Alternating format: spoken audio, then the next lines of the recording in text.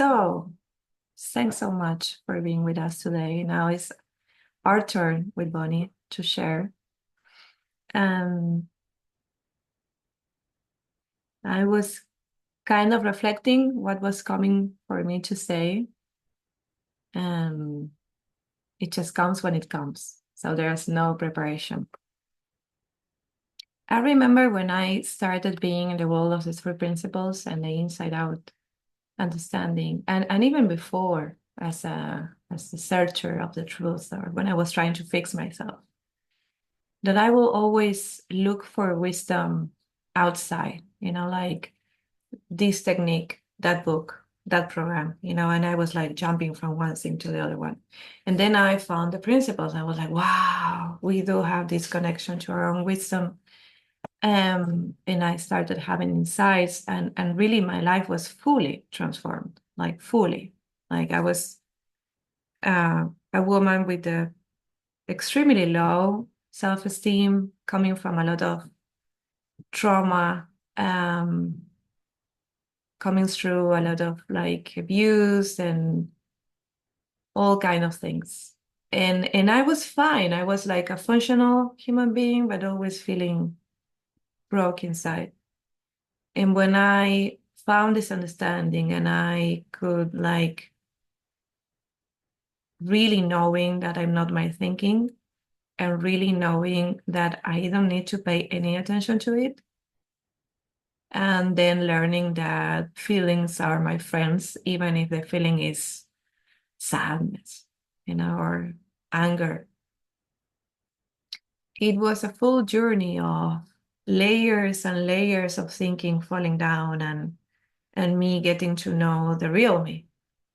The other day, Catherine said at the end of her talk, like, will the real you please stand up, like the Eminem song? And I felt like that's what happened to me. Uh, And at the same time, I'm not saying I'm living there 24/7. I get angry. I have discussions with people. Then I relax, and I feel sad. I feel happy. But in the overall sense, it's so much easier to be me. And in those moments where I'm getting caught up in my thinking are less and less, and I realize faster. But the main thing that I would like to share today is that even when I was already into the three principles world, innocently, I was still kind of looking for wisdom outside. Oh, maybe she's saying this. Michael Neal said that, like Dick and Bettinger, like they know. There was this thinking in the background, oh, they know so much more than me. They know, I don't know. And I remember Mavis pointing out to me there, like telling me, how much of your time do you spend like quiet? Like not reading a book about this, not listening a podcast, not just being you in silence. And I was like, in silence, like I'm very talkative in silence. I have been raised with the TV on 24/7, which I really like the TV on all the time. And then growing up, I always had like music, the radio, something. So that request of, what if you just spend more time alone in silence? I was like, I'm going to be so bored, or my mind is going to drive me crazy. But I started trying that as a way of what I was experiencing. And I could see that every time I just quiet down and be on my own without using that time to engage even more in my thinking, just to leave, I could hear wisdom. I will have very little insights, huge insights. It was like a conversation between life and me. Very soft, very sweet. And at first I thought, okay, yeah, those are exceptions. But then I started realizing that, oh, that's available all the time for every decision. So the program, The Heart of Service, and these webinar series were designed to remind everybody the truth of our own connection with wisdom. It's not just a nice idea, it's the truth. Yes, some teachers have been living from that understanding for many, many years before us, of course, and they are more experienced in working with other people. But that doesn't mean that they have a broader connection with wisdom. That just means that they have been in that connection for more time. That also means that they still can get caught up in their thinking. So if we all are connected to wisdom, this means that whatever session that you can provide to somebody, guiding them to who they really are, is as powerful as any long-time teacher can offer if you're coming from the right place. This webinar series was like an opportunity for our wonderful participants to share their own connection with wisdom in service to everybody. Not only for the people that can hear something in what they were sharing, but also for them to recognize even more that wisdom that showed up when they started talking, that they can see even more how the real them can stand up. I hope the grammar is correct with that. We are all windows. And in my imagination, it's like we are all like windows, different shapes, different size. When you open that window, you're seeing infinity. Maybe in a different angle, maybe with a different light, but every window is pointing to the same thing. So I can find truth in whoever shares. The truth is surrounding us.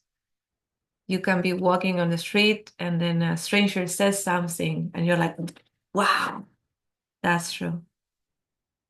You don't need to go and chase it. Your heart knows. Like our heart relaxes when our heart listens to truth. And our body gets a little bit confused when the message is confused. And even if we don't hear wisdom because we are like, no, I still want to think this. Life is going to give us one opportunity and then another and then another and then another because we are surrounded by this love that cares about us. The promise is not that we are not going to have any challenge and we're going to be walking in a rainbow the whole day. The promise is that no matter where you are, wisdom is right there with you. Your inner guidance will let you know what's the next baby step. We don't need more. And at least for me, that's a huge relief. And I still try, to work it out, to overthink it. And then I remember, okay, I will know when I know. This doesn't mean that, because sometimes we can go in the direction of, okay, then nothing, I have to do nothing. I just stay at home and wisdom have to bring something to do, like in a silver plate and say, hey, this. No, it's about taking action. When the inspired thinking shows up, I take that action and then that action and then that action. When we offered this webinar series to our participants, we knew, and I knew by my own experience, that when you're asked to offer a webinar, there's a lot of thinking at the beginning, like, oh my God, yes. But even having that thinking, I mean, your thinking can create a cloud of insecurity. So you said, no, I'd rather da, da, da. Or maybe your guidance says, no, it's not the right time for now for me to do, and that's absolutely okay. But when you recognize insecure thinking, but you feel called to do that, your decision, your intention to just do it, and get yourself into a brand new experience is so joyful. I think that's what we have been doing as kids. I remember when I was a little girl, around 6, 7 years old, I was in a school that was at the side of a children's park, and there was this big sube y baja. What do I say? Help me with this. A piece of wood. There's one child in each side, and you go up and down, up and down. Seesaw. What's Seesaw. Seesaw. seesaw? Okay, that thing. So there was a big one when I was little. There weren't these fancy children's game. They were made with wood. They were like, if you fell, you will like really hurt. So there was this big one, which was made with a big table of wood, very thick and very heavy. And I was a child that was always in the library reading something. I wasn't playing with to football or anything. I was always reading, but one day I was in this children's park and I saw one girl just walking over that, and then if you walk there, then boom, it goes down. And there's a little movement. So it's a little bit scary, but you are safe. So I was like, okay, I'll try that.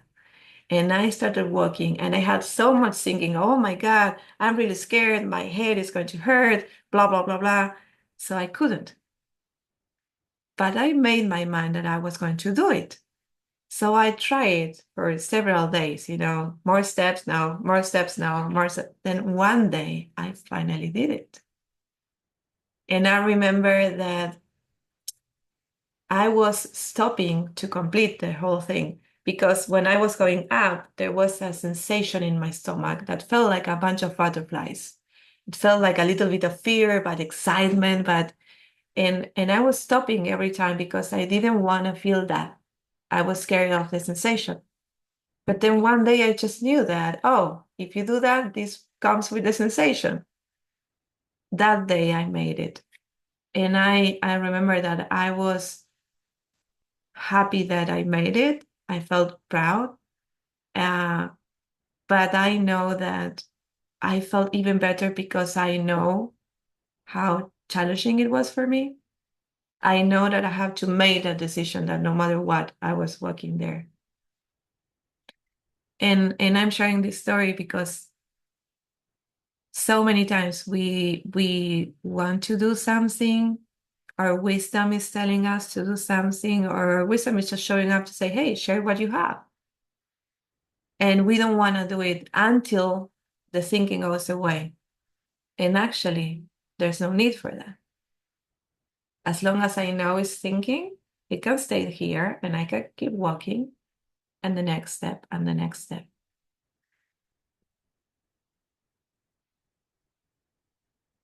So I feel very, very grateful for everybody that has shared today. Not only our participants are wonderful people, but also all the people that showed up and share from their heart, because you all have a window to wisdom and you were so generous to share what you see from that window with us. And there is no way we can receive that without your generosity of just sharing. So thank you all. And that's what I have to share for today. Bonnie, all to you. I'll just continue on with the discussion about wisdom. For me, growing up, I always felt like I had a strong sense of intuition. That's what I called it before I learned the 3 principles. And sometimes I trust it and sometimes I didn't, even though I knew when something came through my intuition, it was a different feeling. I just didn't have the trust in it to always follow it. So as I kind of moved through looking in a lot of spiritual directions, and then finally came across the 3 principles, I started to pay much closer attention to, I would call it a knowing that would come through. And that knowing comes with just a very different feeling than a want or desire.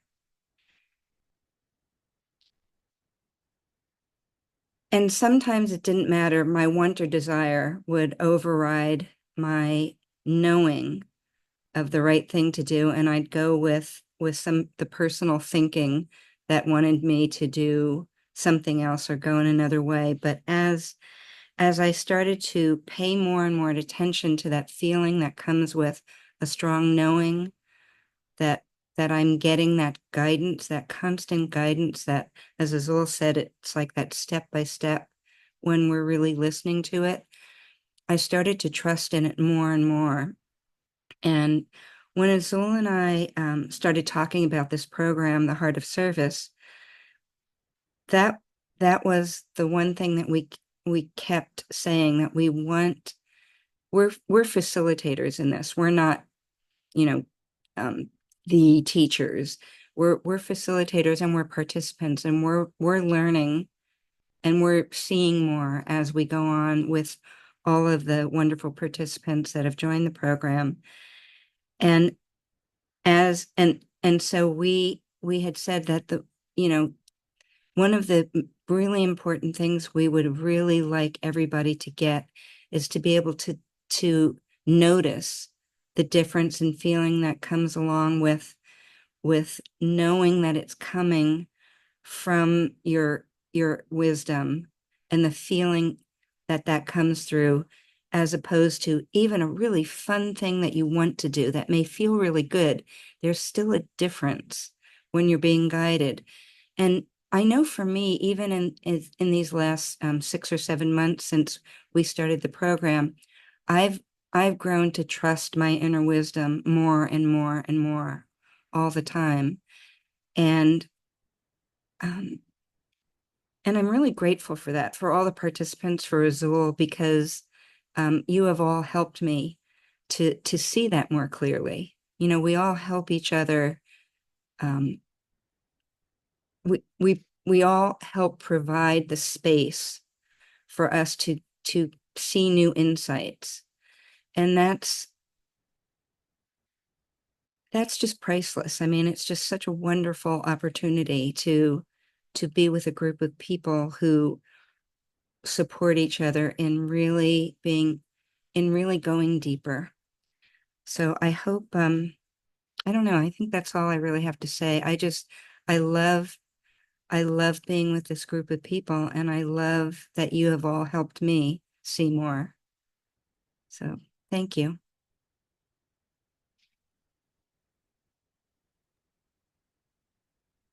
Thank you, Bonnie. Thank you, everybody. Now, we would love to hear from you.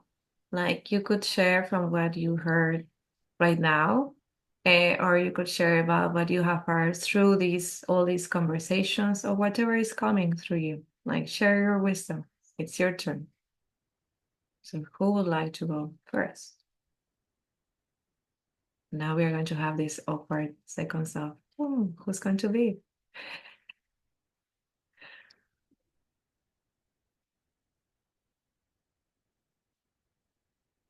Allie?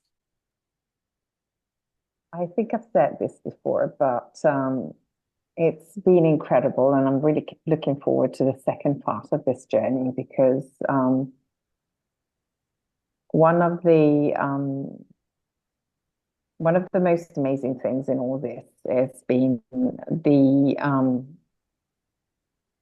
relationships that have blossomed. And when you first asked us to have one-to-one calls, there was a feeling of tension because we didn't know each other. I mean, we singularly kind of personally knew you, Bonnie, and you, Azul, but we were quite new to each other, and many of us are at the opposite sides of the world. People are in the US, Argentina. I'm in Italy. Some other people are in France, and what I find is really beautiful is that we've kind of witnessed each other grow and and really blossom, and we've supported each other in this. And of course, you, Bonnie, and you, Azul, have been incredible in this, you know. And at the beginning, I just I saw you as teachers, as a guidance, but only through living this and really going through this, you know, you understand what you mean deeper. You know, there are no teachers, and we're doing all this together. And through the shares of the other participants, I've seen, you know, so much wisdom. And I used to judge it, you know, as less or more, like you were sharing us all, you know, if it comes from Dickon, it must be good. If it comes from Mavis, it must be the absolute best. And Mavis has always said this, you know, we're no different. And I can see it now, and I never used to. So I really have to thank you because, you know, when you join something like this, you expect to follow a set of, you know, steps, and but then what you reach is so much more and so much different. You know, when they talk about transformational kind of process, you can't possibly know until you are it and you live it, and it's basically it's an unloading process. You know, you don't have to do anything. It's just, you know, it's very difficult to describe with words, but it's very powerful to live. So I cannot thank you enough. And I'm honestly, you know, I was a bit, it was a bit daunting at the beginning for me. And now, you know, I'm just in awe, you know, because I don't know. And I'm very curious about, you know, the second part of this journey, but in a very different way, not for the outcome, but for the journey itself. And it's just beautiful. Thank you. Comments, questions? B wrote something in the chat. Would you like to read it, Bonnie? Yeah. I'm hearing how my judgment is keeping my childhood and adult trauma and experiences alive and in the present. The overthinking and inherent drama queen that goes with judgment does not allow me to find my humor or hear my inner wisdom. What a joy to understand. There is such access in that awareness. Thanks, all three of you and everyone who shared. Thanks, Fee. Anybody else that would like to share? Enrique. And then Debbie. I want to say thank you for creating this. And thank you for the reminder that, yeah, the stories that I tell myself keep coming and I give them attention. About 2 or 3 years ago, I was working with you, Azul, and at that time, I believed that I have already said goodbye to many of the stories. But then you made me aware that I have the habit of whenever they drop by, I just gave them my attention and I listened to them. And before I knew, I was all the way back 20, 40 years ago. So I want to say thank you to you, Azul, to Bunny. I have not worked closely with Bunny because somehow I project this. Bunny, you are up there, an expert in technology or whatever it is. And it's like, I don't want to reach out. But the more I deal with people, I realize I put people on pedestals or I put people at a distance. And after a while, when I reach to them, they're the loveliest person in the world. And I see how I'm using my imagination to scare myself. So listening to you and to the experiences that you share have been refreshing. And it reminds me of an exercise that I heard long ago that I didn't dare to do is somebody asked a group of come up with a list of things that you are really good at. And at that time, if you asked me to come up with a list of things that I'm bad at or that I'm an idiot about, I would come up with a big list. But to come up with a list of things that I'm good at, I didn't dare do the exercise. I'm thinking of doing that list now as if it was a homework from this group, because I go, oh, now I see myself a little bit more, and that's a great thing. So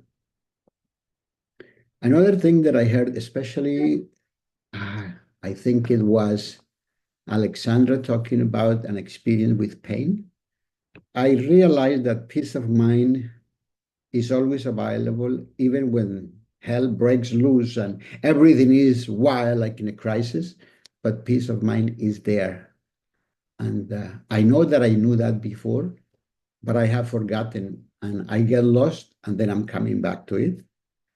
And the last thing that I want to say that I heard, and to me is a blessing, is in the talks and today I heard that it is okay for me to see the pain that somebody else has or listen to the story and feel empathy or sympathy or love. But it is not wise that I own the story and I go into the dark swimming pool with the client, because then I'm lost. I don't know if that's what you really meant, but that's what I'm seeing. It's like, for me, if I believe that I can feel what they are feeling and I need to go in there, it doesn't work. What I'm saying to myself is, Enrique, you need to stay here and invite them here where it's not as crazy. But if I go into that scary movie, then we're going to be scared together. So thank you for the awareness. Thank you for the teaching. And thank you for this way of talking about it. Most of the places that I go is, you got to do this, and this is the way. But this is a softer, beautiful way. Thank you. I'm grateful to be here, available to listen to you. Thanks. Thank you so much, Enrique. That was beautiful. And then Debbie was wanting to share. Oh, I don't know what I was going to share anymore. That was beautiful. I think it was just thank you. You know, I had being retired, I don't know where my next journey, chapter, what's coming next. I just am following the breadcrumbs. And so I was really grateful that this week you all shared your stories. And oh, I might get tears because it was heartwarming. So thank you.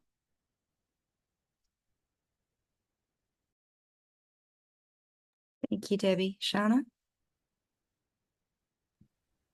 Hi, I'd just like to say about what I've noticed about wisdom since being here, which is for me fascinating.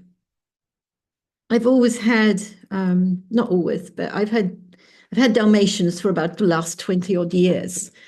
And this long before I ever came across the three principles. I've got 5 at the moment, but the ones before and before that, they're the grandmothers. and she was, the most amazing dog, but so strong-willed. And she would take her children off. We live in a rural area, and they could be gone for hours and hours and hours. And I'd be driving around all over the place looking for them. And I used to get so wound up. My stomach used to be in knots. They could get run over because they could go onto, busier roads. They could go into the town, whatever. But anyway, I used to get my stomach in knots. And so often, this voice used to say, "They're okay. They're fine." And sure enough, maybe within 10 minutes, 20 minutes, I'd see them trotting up the road. And bung them in the car and take them home until the next time. This used to happen so often. And I used to get panicked. I'm thinking, I haven't heard the voice. There must be something wrong this time because I haven't heard, "They're okay, it's fine." And it was such a positive, "They're okay." So when I didn't hear that, I used to panic. So this was all before. knowing anything about three principles, knowing about wisdom, inner whatever.